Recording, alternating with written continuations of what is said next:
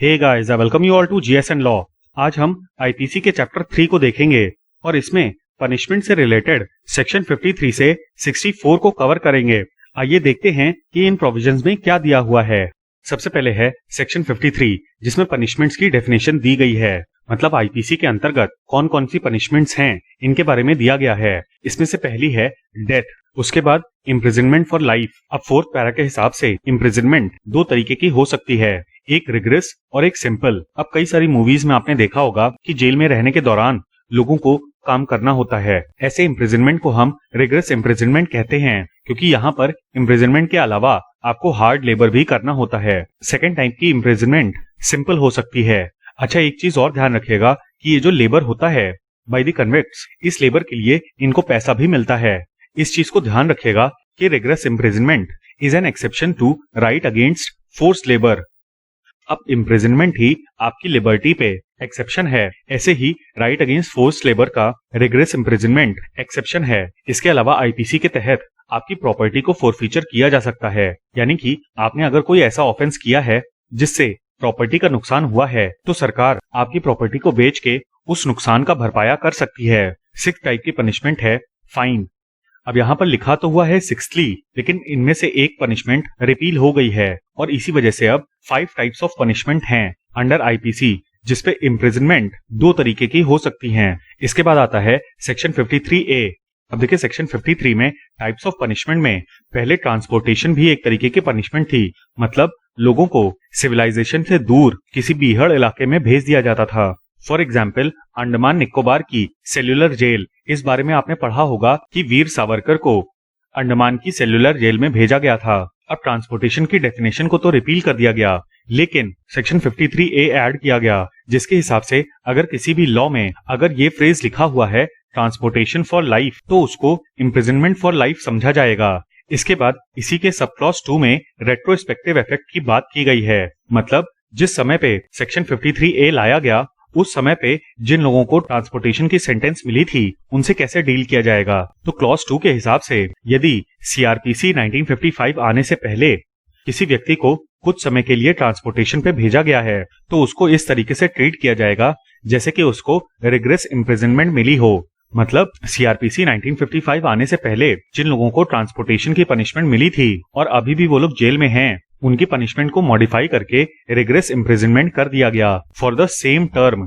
अब sub clause 1 में हमने पढ़ा था कि ट्रांसपोर्टेशन ऑफ लाइफ जिस भी लॉ में लिखा हुआ है, उसको इम्प्रिजनमेंट फॉर लाइफ समझा जाएगा। सवाल ये बनता है कि अगर कहीं पर सिर्फ ट्रांसपोर्टेशन दिया हुआ है तो क्या होगा। उसके लिए क्लॉज 3 में लिखा गया है कि जिस भी लॉ में ट्रांसपोर्टेशन शब्द का इस्तेमाल किया गया है for defining a term of punishment, उस जगह पे इस शब्द को ओमिट कर दिया जाएगा। इसको और ज्यादा क्लैरिफाई करने के लिए क्लॉज 4 भी ऐड किया गया, जिसमें सेम चीज को दोहराया गया है कि जहां पर भी ट्रांसपोर्टेशन ऑफ लाइफ लिखा है, उसको इम्प्रिजनमेंट फॉर लाइफ समझा जाएगा, और जहां पर भी ट्रांसपोर्टेशन लिखा है, उसको ओमिट कर दिया जाएगा। इसके बाद सेक्शन 54 में दिया गया है commutation of sentence of death. Commutation का अर्थ है सजा के नेचर को बदलना। ध्यान रखिएगा कि कम्यूटेशन में सजा के टर्म को नहीं कम किया जा रहा, बल्कि उसके नेचर को मॉडिफाई किया जा रहा है। इसमें यह कहा गया है कि यदि किसी व्यक्ति को डेथ सेंटेंस मिली है, तो एप्रोप्रिएट गवर्नमेंट, यानी कि सेंट्रल लॉज के केस में सेंट्रल गवर्नमेंट और स्टेट लॉज के केस में स्टेट गवर्नमेंट, आईपीसी को हम स्टेट लॉ में ही काउंट करते हैं, because law and order is a subject of the state. तो यहाँ पर यह दिया गया है कि एप्रोप्रिएट गवर्नमेंट डेथ सेंटेंस वाले केसेस में पनिशमेंट को कम्यूट कर सकती है विद एनी अदर पनिशमेंट जो कि इस कोड में प्रोवाइडेड हो। अब अप्रोप्रिएट गवर्नमेंट का यह डिस्क्रिप्शन है कि वो ऑफेंडर की कंसेंट को लेती है या फिर नहीं। अब देखिए, बहुत बार आईपीसी के संबंध में आपने एक चीज पढ़ी होगी कि लाइफ इम्प्रिजनमेंट का मतलब होता है इम्प्रिजनमेंट फॉर 14 ईयर्स, लेकिन ऐसा बिल्कुल भी नहीं है। और इसी चीज को ऑनरेबल सुप्रीम कोर्ट ने union of India versus V Sriharan के केस में क्लैरिफाई किया और कहा कि जहां पर भी लाइफ इम्प्रिजनमेंट दिया गया है in terms of section 53 and section 45, उसका अर्थ होगा imprisonment for rest of the life. अब देखिए, एक तो होता है कम्यूटेशन, लेकिन जहां पे सजा के टर्म को कम किया जाता है उसको हम कहते हैं रेमिशन। तो सरकार, या फिर स्पेसिफिकली हम कहें तो प्रेसिडेंट या फिर गवर्नर, जो कि सरकार को रिप्रेजेंट करते हैं, वो सेंटेंस को रेमिट कर सकते हैं। अब देखिए, इस केस में हुआ क्या कि कन्विक्ट को डेथ सेंटेंस की सजा मिली थी और इनकी सेंटेंस को सब्स्टिट्यूट करके मतलब डेथ सेंटेंस को लाइफ इम्प्रिजनमेंट में कन्वर्ट किया गया। बट लाइफ इम्प्रिजनमेंट मतलब होता है imprisonment for the remaining period of life. तो इम्प्रिजनमेंट को भी रेमिट किया गया, लेकिन जो टर्म दिया गया वो 14 साल से ऊपर का था। फॉर एग्जाम्पल 15 साल का इम्प्रिजनमेंट ग्रांट कर दिया गया। अब कोर्ट के सामने सवाल ये था कि अगर लाइफ इम्प्रिजनमेंट को रेमिट किया गया है तो उसको 14 साल से कम रखना जरूरी होगा या फिर उससे ज्यादा भी रखा जा सकता है। इस पे कोर्ट ने कहा कि अगर 14 साल से ज्यादा की भी सजा होती है इन सच अ केस तो वो वैलिड होगी। कुल मिला के इस चीज को ध्यान रखिएगा कि लाइफ इम्प्रिजनमेंट का अर्थ 14 साल नहीं है। आगे और प्रोविजंस जब हम पढ़ेंगे तो हमको और अच्छे से समझ में आ जाएगा। अब ये 14 साल वाला क्राइटेरिया ये सेक्शन 55 ऑफ आईपीसी से आया है। इसमें commutation of sentence of imprisonment for life दिया गया है।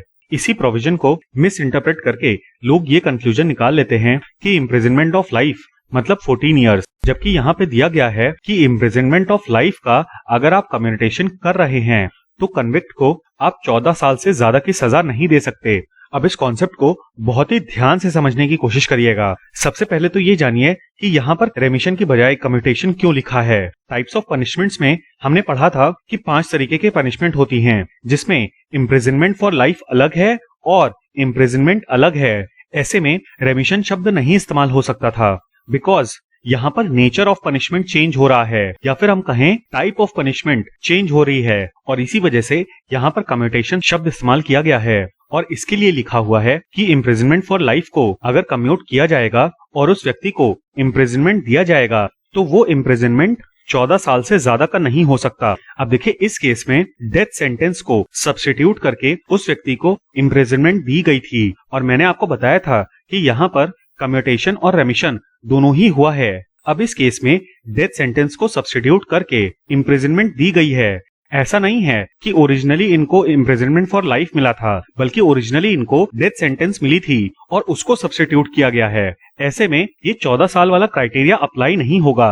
कोर्ट ने और ज्यादा इसको क्लैरिफाई कर दिया कि लाइफ इम्प्रिजनमेंट का मतलब ये है कि imprisonment for the rest of the life. ध्यान दीजिएगा कि सेक्शन 55 में डेथ सेंटेंस से लाइफ इम्प्रिजनमेंट कम्यूट करने की बात नहीं हुई है, बल्कि लाइफ इम्प्रिजनमेंट से इम्प्रिजनमेंट की बात हुई है। अगर यहाँ पे स्पेसिफिक टर्म की इम्प्रिजनमेंट की बजाय लाइफ इम्प्रिजनमेंट भी दिया रहता तो भी ये सेक्शन 55 से कवर ना होता, क्योंकि यहाँ पे इम्प्रिजनमेंट फॉर लाइफ के कम्यूटेशन की बात हुई है। अच्छा, एक और चीज याद रखेगा कि एप्रोप्रिएट गवर्नमेंट इस सेक्शन को without the consent of the offender invoke कर सकती है। मतलब ऐसे कम्यूटेशन के ऑर्डर में ऑफेंडर की कंसेंट नहीं इन्वॉल्व है। इसके बाद एप्रोप्रिएट गवर्नमेंट की डेफिनेशन दी गई है सेक्शन 55A में। अब इसके बारे में मैंने आपको ऑलरेडी बता दिया है कि यदि ऑफेंस किसी ऐसी लॉ से रिलेटेड है जहां पर यूनियन की पावर या फिर सेंट्रल गवर्नमेंट की पावर एक्सटेंड करती है तो उस जगह पे सेंट्रल गवर्नमेंट एप्रोप्रिएट गवर्नमेंट मानी जाएगी, और जहां पर भी लॉ स्टेट से रिलेटेड है वहां पर स्टेट गवर्नमेंट एप्रोप्रिएट गवर्नमेंट मानी जाएगी। इसके बाद बात आती है fraction of terms of punishment की। इसमें सबसे पहले इम्प्रिजनमेंट फॉर लाइफ के बारे में दिया गया है, और ये कहा गया है कि जहां पर भी आप इम्प्रिजनमेंट फॉर लाइफ के फ्रैक्शन की बात करेंगे it would be equal to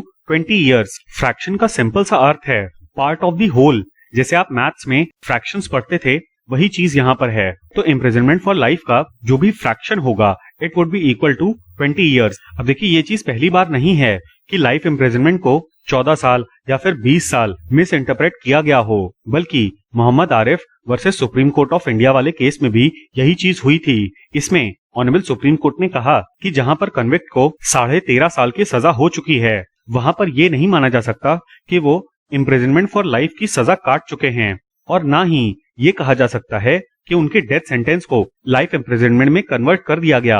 कुल मिला के इम्प्रिजनमेंट फॉर लाइफ का अर्थ है इंटायर लाइफ, ना कि 14 साल। इसके बाद सेक्शन 60 में बात की गई है सेंटेंस में भी होली और पार्टली रिग्रेस और सिंपल। मतलब जो पूरी इम्प्रिजनमेंट मिली है वो होली रिग्रेस हो सकती है, होली सिंपल हो सकती है, या फिर पार्टली रिग्रेस हो सकती है, या फिर पार्टली सिंपल हो सकती है। अब यहाँ पे ध्यान दीजिएगा कि सिर्फ 3 प्रोबेबिलिटीज बनी हैं। सिंपल रीडिंग पे आपको लगेगा कि यहाँ पे 4 प्रोबेबिलिटीज हैं, बट एक्चुअली में सिर्फ 3 प्रोबेबिलिटीज हैं। पहला है होली सिंपल, दूसरा होली रिग्रेस, और तीसरा पार्टली सिंपल और पार्टली रिग्रेस। अब जाहिर सी बात है कि अगर किसी व्यक्ति को पार्टली रिग्रेस पनिशमेंट दी गई है तो बची हुई जो पनिशमेंट होगी वो सिंपल होगी। ये लॉजिक की बात है, बट प्लेन रीडिंग पे हम लोग इस चीज पे ध्यान नहीं देते और लॉन्ग आंसर्स लिखते वक्त चारों ही फ्रेजेस को लिख देते हैं। यही चीज यहाँ पे दी गई है, होली रिग्रेस, होली सिंपल और partly rigorous and rest simple.